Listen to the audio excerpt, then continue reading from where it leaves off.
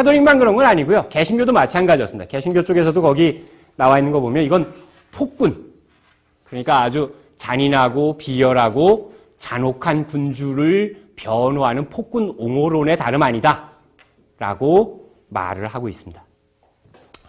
이게 한 150년 정도 이렇게 해석이 되었어요. 마키아벨리즘의 군주론에 대해서요. 그런데 전환점이 일어납니다. 그 전환점이 어디냐 하면 그쪽에 밑에 내려가서 보시면 18세기 계몽시대에 들어오면서 전환점을 겪습니다. 놀랍게도 그러한 전환점을 겪게 되는 18세기쯤 오게 되면 굉장히 재미난 해석들이 나와요. 마키아벨리의 군주론이라고 하는 이 책은 제목은 군주론이나 군주를 위해 쓴 게 아니라 군주의 학정에 혹은 군주의 폭정에 시달리는 인민들을 깨우쳐주기 위해서 쓴 책이다. 이렇게 해석합니다. 그러니까 군주의 학정은 이런 방식으로 군주들이 나라를 통치한다. 얘네들이 이럴 때는 이게 죄송합니다. 속된 표현이면 이건 뺑기다. 이건 우리를 속이는 것이다. 이거는 구라다. 이렇게 알려주기 위해서 마키아벨리가 썼다는 거예요. 그러니까 마키아벨리를 좋은 쪽으로 보려고 하는데 약간 어거지가 있을 것 같잖아요. 느낌이 벌써. 그렇죠? 생각해 보시면 알겠지만 우리가 글을 쓸 때 자기 의도와 반대로 쓰기란 굉장히 어렵습니다. 이거는 연애 편지를 써온 사람은 다 알아요. 그렇죠? 연애 편지에서 자기가 전 남자 입장이니까 그 여자를 너무너무 사랑해. 근데 딱 폼 잡고 네가 언젠가 나 발 밑에 내 무릎 밑에 내 발 밑에 무릎을 꿇겠지 라고 생각하고 나는 너를 하나도 안 좋아하는데 심심해서 잠이 안 와서 연애 편지를 쓰는 건데 착각하지 마라 이렇게 해가지고 편지 쓰기가 어려워요. 마음에 일단이 담기게 되어 있죠. 따라서 마키아벨리가 이 군주론을 저술한 의도와 다르게 대상만 군주를 대상으로 해서 쓴 거고 실제 독자는 인민들을 읽으라고, 민중들을 읽으라고, 백성들을 읽으라고 쓴 글이다라고 해석하기는 좀 어려운데 그걸 한 번에 부인하기 좀 어려운 게요. 만만한 사람들이 그런 주장을 하는 게 아니에요. 그래서 그 뒤에 대표적으로 10쪽에 가서 보시면요. 이 제일 대표적인 게 제가 사주해야 할 루소라고 하는 이 문제적인 인물입니다. 루소가 이렇게 얘기를 해요. 국왕을 가리키는 척 하면서 실제로는 국민들에게 교훈을 주기 위해서 쓴 책이다. 이렇게 말을 하고요. 그 다음에, 나중에 이 사회계약론의 각주에다가 하나 더 붙입니다. 되게 재밌는데요. 거기 보시면 마키아벨리는 정직한 사람이고 선량한 시민이어서 그가 메디치가에 봉사했기 때문에 조국의 압제하에서 자유에 대한 사랑을 숨겨야 했다는 거예요. 그러니까 메디치가한테 자기의 속내를 말하면 혼날까봐 그가 실제로는 좋아하지 않으나 싫어하는 사람을 영웅으로 만들어서 공격했다는 거죠. 이게 아주 단순하게 얘기하면 요즘에 장안에 화제가 된다는 낙검수에서 그런 말 하잖아요. 존경하는 각하 이렇게 표현하잖아요. 우리가 레토릭으로. 그렇게 말했다는 거죠. 꼼꼼하고 섬세한 각하의 속마음을 드러내기 위해서 각하를 존경한다고 이야기하고 각하 전지적 시점에서 사물을 본다는 거죠. 이거 똑같다는 겁니다. 백성들에게 절대군주나 폭군들은 어떻게 대우하는지를 드러내기 위해서 폭군을 내 글의 대상으로 삼아서 썼다는 거죠. 루소의 생각입니다. 루소의 생각. 아마 이 강의 끝나고 나면 여러분 모두가 다 최소한 내가 루소보다는 낫다 이런 자부심이 생길 겁니다. 네? 최소한 우리가 루소 하지만요. 근데 한마디로 정리하면 실제로는 일반 백성들을 각성시킬 의도를 가지고 있었는데 그것이 여러 가지 상황적 조건 하에서 속마음을 다 드러내지 못하고 군주론이라고 하는 위악적으로 썼다는 거죠. 위악적으로. 이 아이디어는요. 이런 이야기에 대해서 당대 사람 중에 혹시 들어보셨는지 모르겠는데 계몽 사상이 한창 막 이렇게 유럽을 휩쓸고 가니까 저기 에미타주 박물관 지은 러시아의 에카테린의 여제 이런 사람이나 그다음에 프로이센의 비렐름 2세, 이런 프레드리 2세, 이런 사람들은 자기가 계몽사상의 세례를 받은 군주다. 이렇게 이제 자부를 합니다. 그래서 그 대표적인 프레드리 2세는 뭐라고 얘기하냐면 이 반마키아벨리론이라고 하는 걸 볼테르하고 협력을 해서 써요. 마키아벨리 순 나쁜 놈이다. 이런 말 믿을 수가 없다. 그리고 자기는 이런 캐톨릭의 신성한 그런 경건함, 그 다음에 자비로움, 인간의 기본적인 품성이라고 하는 걸 이렇게 부정적으로 보는 인간하고는 상종하기 싫다. 이런 책은 유럽에서 영원히 추방해야 된다. 이렇게 써요. 쓰고는 지가 마키아벨리가 시킨다기보다 마키아벨리의 군주로에 나오는 군주보다 더 잔인한 군주 노릇을 합니다. 그래서 폴란드 강제로 자기가 분할해요. 강제로. 마키아벨리 아이디어에 나와 있는 것처럼요.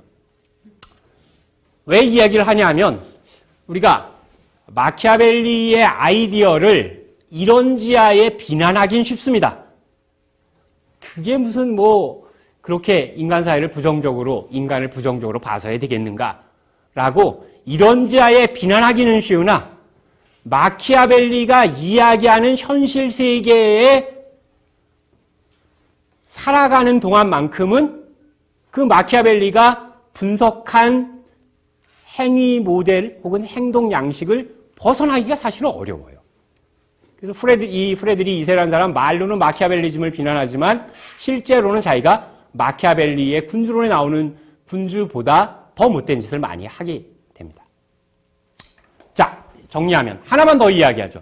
마키아벨리는 19세기에 가면 완전히 환골탈태합니다. 여러분 혹시 무협지 보셨는지 모르지만 무협지라고 하는 거에는 비리비리한 인물 하나가 그 영웅이 되는 과정에는 기인 이사를 만나가지고 이렇게 막 내공도 물려받고 그다음에 비급 찾아가지고 동굴에서 2달 수련했는데 갑자기 무슨 하늘을 날고 이런 거 나온다. 그것처럼 19세기에는 갑자기 마키아벨리가요 인류의 최악의 그야말로 교황 최대의 엔티크리스토 적그리스도의 위치에서 인류 역사에 완전히 얘는 서자였었는데 19세기쯤 오게 되면 마키아벨리는 유럽 역사의 적자가 돼요. 왜 그러냐면 19세기쯤 오게 되면 유럽 각국에서 특히 독일과 이탈리아에서 민족 통일 운동이 일어납니다. 우리가 잘 아는 것처럼 좀 무식하긴 하지만 비스마르크라고 하는 피와 땀으로 이루어진 독일 통일을 해야 된다라고 하는 철혈 수상이라고 하는 말을 든 비스마르크나 그다음에 갈리발디나 이런 이탈리아와 독일에서의 통일 운동이 일어나거든요. 통일운동이 일어나면서 오늘날 마키아벨리를 긍정하는 사람들이 보는 관점처럼 재해석합니다. 특징은 딱 2가지입니다.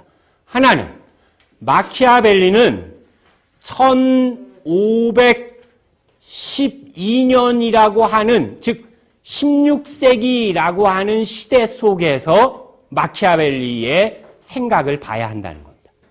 그걸 조금 더 다르게 얘기하면 1512년 요 시점에서는 이탈리아라고 하는 그 마키아벨리가 살았던 동네가 스페인과 프랑스라고 하는 유럽 당대 최고의 강대국 사이의 각축장으로 변합니다.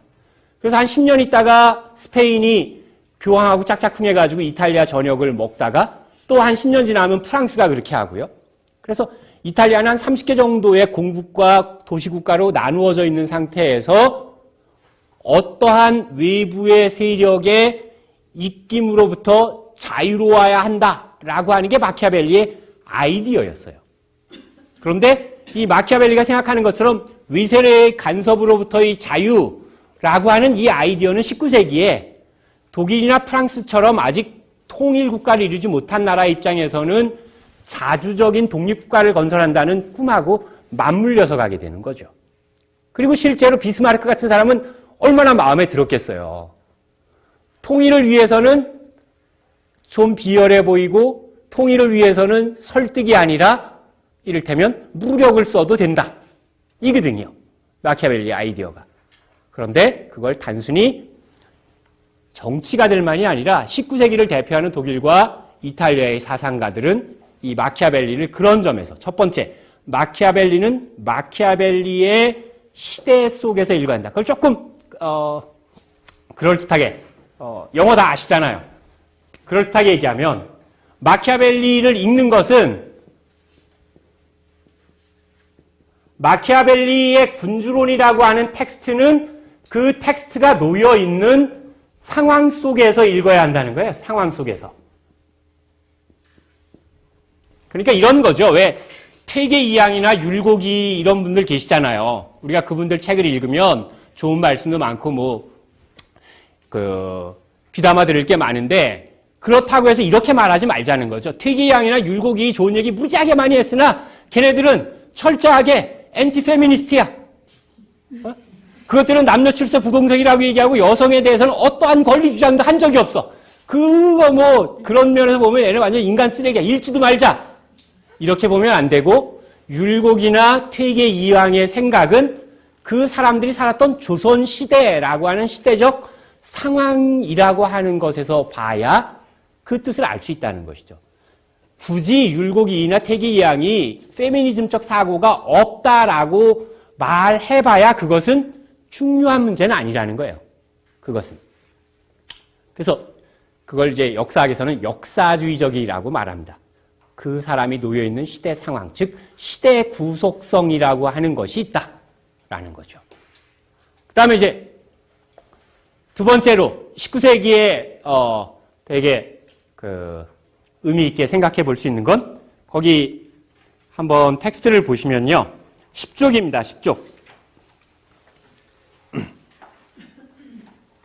그래서 헤겔이라고 하는 밑에서 제가 굉장히 여기 이 자리에 계신 여러 선생님들 하여간 손 고생하지 마시라고 밑줄 다 거놨어요.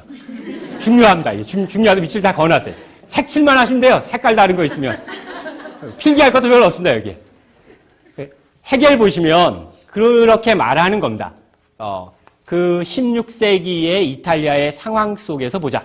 이탈리아의 상황은 통일이라고 하는 게 대단히 절실한 상황이었고 통일을 이루기 위해서 이탈리아의 분열을 극복할 수 있는 강력한 지도자나 강력한 국가가 등장해야 한다라고 하는 절박한 마음으로 읽어야 한다.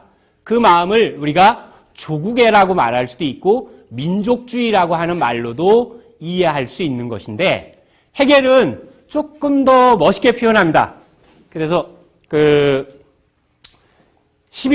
강의 자료의 11쪽에 보시면요. 제가 한번 눈으로 보시고 제가 한번 읽어드리면 이렇게 멋있게 말했어요. 불에 불탄 팔다리와 같은 사지를 라벤더 향수로 치료할 수는 없다. 암살과 독살이 일반화된 상태에서 약한 처방은 듣지 않는다.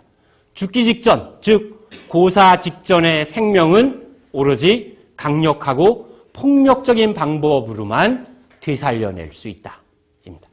다시 얘기하면 이탈리아라고 하는 그 지역의 상황을 우리가 이탈리아를 사람으로 살짝 의인화해서 보면 죽기 직전의 환자라는 거죠. 이 심장이 이제 꺼질랑 말랑 하면 요새 무슨 우리가 병원 가서 그걸 당해보지는 않았지만 의학 드라마에서 다 보여주잖아요. 250으로 올려. 그게 뭔지 모르지만 250으로 올려. 그 다음에 300으로 올려. 그 다음에 가슴 대고 뻥 하고 펑 한번 치고 이런 거 있잖아요. 지금 헤겔의 아이디어는 그러니까 이런 거죠. 평화롭고 정상적인 정치적 질서가 유지된 상황에서는 안 들어맞는 이야기일 텐데 대단히 예외적이고 긴박하고 뭔가 기형적인 정치적 상황 속에서는 헤겔의 처방이야말로 유일한 구사 일생의 비책이라고 볼 수밖에 없을 것이다. 이렇게 말하는 것이죠. 헤겔이라는 사람은요. 그 다음에 이제 다 왔습니다. 자, 20세기에 오게 되면 이 마키아벨리의 아이디어는 다시 한번 새롭게 해석이 됩니다. 새롭게 해석되는 것 중에 결정적인 특징은 뭐냐면 이런 해석이에요. 마키아벨리가 살았던 이탈리아가 외세의 간섭에서 대단히 황폐화되어 있고 그 다음에 내부적으로 분열이 되어 있다면 이게 책임의 소재를 한번 따져보자. 이게 무엇 때문에 이런 일이 일어났는가. 물론 이탈리아를 아우를 수 있는 강력한 통일국가가 없기 때문이라는 거죠. 또 내려갑니다. 왜 통일국가가 없는가? 그러면 통일국가는 누가 만들어야 되는가라는 주체의 문제가 나올 거잖아요. 누가 통일국가를 만들어야 될 것인가? 라고 하는 질문을 던져놓고 20세기의 해석은 마키아벨리는 그 통일 국가를 만드는 가장 중요한 힘으로 이를테면 이탈리아의 일반 백성들이 가지고 있는 힘을 최대한 활용하려고 했었던 최초의 사람이라는 거예요. 그러니까 잘 보시면 우리가 16세기 이전의 역사를 이렇게 구분해서 보면 16세기 이전은 누가 서양에서 주로 힘을 썼냐 하면 대표적으로 고위 성직자죠. 그러니까 중세 일반으로 얘기하면 16세기 이전 중세에는 교황청이 유럽 최고의 부자예요. 유럽에 있는 전체 봉토의 한 3분의 1 정도가 교황청 소유예요. 생각해보세요. 베드로 성당이나 이런 거에 가면 그걸 재산으로 환산해 보면 가치를 얼마나 되겠어요. 우리가 영화 이야기지만 대부 이런 데 보면 교황청이 숨겨놓은 재산 때문에 마피아끼리 죽이고 살리고 막 이러잖아요. 그렇죠? 지금 16세기 이전에 살았던 사람들 중에서 성직자, 그 다음에 귀족, 봉건 영지를 가지고 있는 귀족들이 대장이었거든요. 16세기가 지나서 지금 19세기 아까 얘기했던 18세기쯤 오게 되면 생각으로 성직자나 귀족만이 나라의 주인이 아니고 일반 시민들도 나라의 주인으로 정치적인 목소리를 내야 된다. 이런 주장을 하는 게 루소이고요. 19세기에 오게 되면 그런 일반 시민들을 토대로 삼아서 국가를 건설해요. 그게 뭐냐면 징병제예요. 징병제. 귀족의 자녀들만 군대 가는 게 아니고요. 독일 시민 프로이센 젊은이라면 다 징집해서 국가 전쟁에 내보내게 되거든요.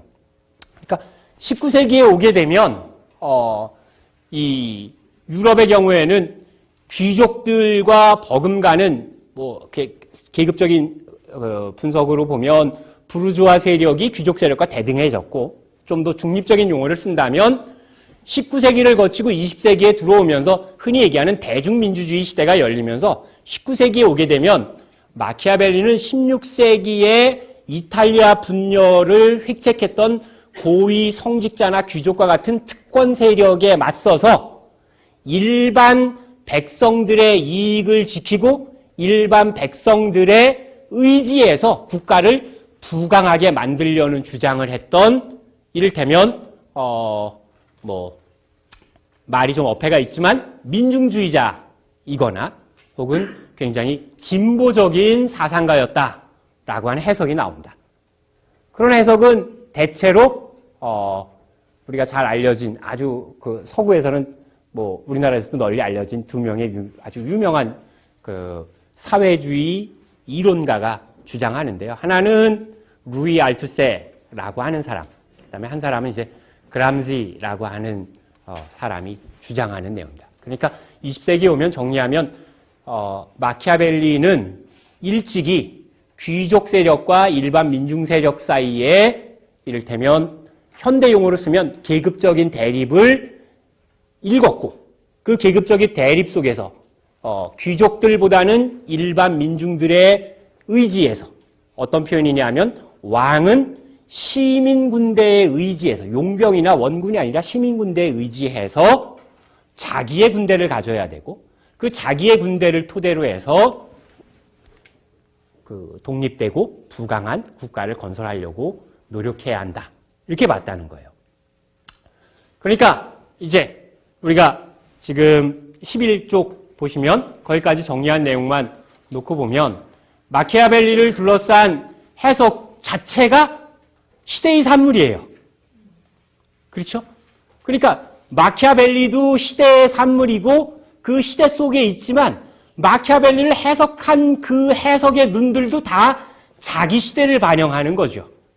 그러니까 저는 이 자리에 계신 여러분들이 다 자기 눈으로 마키아벨리를 읽는 게 옳아요. 그게 여러분의 해석이에요.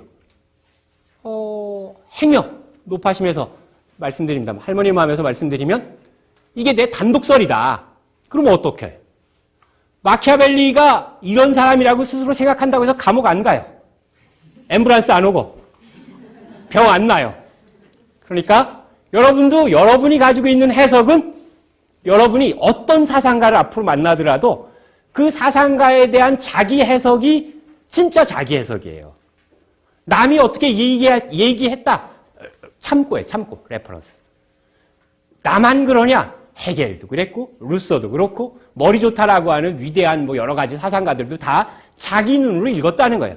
자기 눈으로 읽었는데 그게 나보다는 논리적 정합성이 좀 있을지 없을지 모르지만 우리도 우리 눈으로 마키아벨리를 읽을 수 있다는 것이죠. 그래서 아까 제가 말씀드린 것처럼 저는 뭐 정치 사상을 전공한 것도 아니고 정치학자도 아니고 마키아벨리를 통해서 한국 정치를 이렇게 고치자 말자 이렇게 말할 만큼 뭐 정치에 몸담고 있는 사람도 아니고 그냥 백면 선생 입장에서 역사를 공부한 사람 입장에서 마키아벨리의 생각을 우리가 따라가다 보면 꼭 정치적인 측면에서 마키아벨리를 해석하지 않아도 여러 가지 생각할 거리를 얻어낼 수 있을 것이다 라는 게 제가 오늘 여러분들하고 같이 말씀드리려고 하는 겁니다.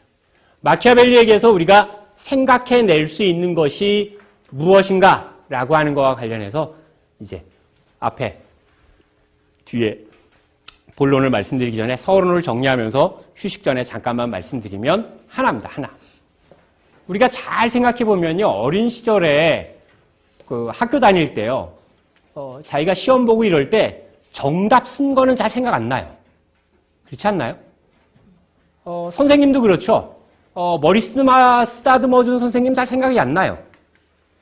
주로 선생님과 그럴 리는 없겠지만 맞짱을 떴다거나 혹은 선생님에게 대단히 혼났다거나 제가 학교 다닐 때 고등학교 때 교련을 가르치는 선생님이 계셨는데 제가 그때나 이제나 굉장히 왜소하고 체력이 약해서 교련을 못했어요. 싫어했고 하기 싫었지만 하여간 못했습니다. 그게 마음보다 하여간 몸이 안 됐어요.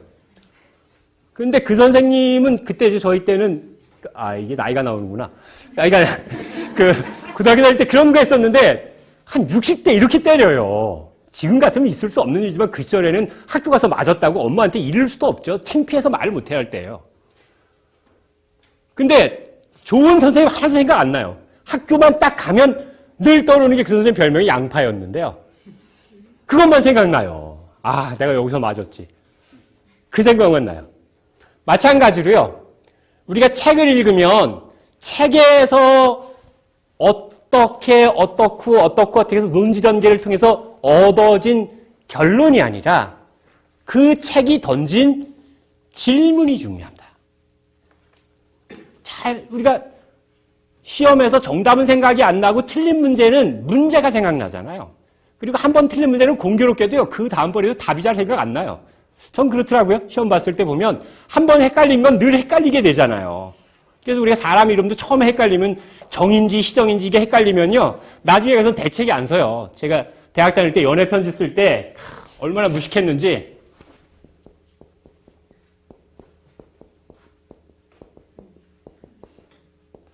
이름이 이거였어요. 이게 아마 정자로 읽는 것 같더라고요. 여학생 이름이 정이었는데 이걸 창이라고 아는 게 부족해서 이게 창희라고 썼어요. 여학생한테. 물론 공부하라는 답장만 받았죠. 만나주지 않고 그 여학생이. 근데 그 다음에도 제가 친구들한테 저 여학생을 얘기할 때는 꼭 정이라고 안 나와요. 창이라고 나와요. 틀린 것처럼. 근데 앞에 서론 말씀드리면서 정리해서 말씀드리면 제가 여태까지 드린 말씀을 다 모으면 마키아벨리의 군주론을 어떻게 읽을 수도 있고 저렇게 읽을 수도 있어요. 마키아벨리의 사상, 정치사상을 이렇게 해석할 수도 있고 저렇게 해석할 수도 있어요. 그 모든 해석들 자체는 여러분이 하나의 질문이에요. 질문. 그러니까 그것이 정해진 답이 아니라 마키아벨리의 군주론이라는 책, 마키아벨리의 사상이라고 하는 그 사상 자체가 어떤 질문을 주는가라고 하는 관점에서 읽으시는 게 생산적이라는 거죠. 이 책이 답을 준다? 그런 거 없어요. 제가 이렇게 약간 진보적인 단체에서 강연을 하면 꼭 그런 말 물어요. 한 4, 5년 전에 신자유주의는 조만간 아주 퇴조할 것이다 이렇게 제가 장담을 했었거든요. 안 그러면 내가 손에 장을 지진다. 우리 집에 장신 친척 많다 이렇게 해서 하여간 했었는데 그때도 꼭 나오는 질문이냐면 그럼 신자유주의를 어떻게 극복할 것인지 구체적인 방안을 알려달라는 거예요. 알파와 오메가를. 제가 예수님하고는 사이도 안 좋은데 그걸 어떻게 전지전능하게 알겠어요. 그렇죠? 어떤 텍스트를 읽어도 우리가 지금 원하는, 우리가 갖고 있는 문제의식에 딱 맞는 답을 주는 책은 제가 자랑입니다만 한 6,000권 책을 후루룩 읽었어요. 오래서 읽은 만화책을 다 포함해서 쉬어보니까 한 6,000권 되더라고요. 그러니까 근데 없었어요, 답에. 불경에도 없을 것 같아요. 2만 권이라는데 얼마 전에 읽은 것까지 하면 불경은 3권째 읽는데 없을 것 같아요. 원하는 답을 주는 책은 없다. 근데 그 책이 왜 읽혔고 왜 이렇게 오랫동안 지금 이 자리에서 우리가 본론을 얘기하기 전까지 서론까지도 이렇게 길게 가냐 하면 이 책이 던진 질문이 크다는 거예요. 이 책을 포함한 모든 고전은 답을 주는 책이 아니라 질문을 주는 책이라는 거죠. 질문을 던지는 것이라는 거죠. 그러면 그 책이 우리에게 제기한 질문이 무엇인가? 라고 하는 것은 한 5분 정도만 잠깐 쉬었다가 다시 본격적으로 말씀을 드리도록 하겠습니다.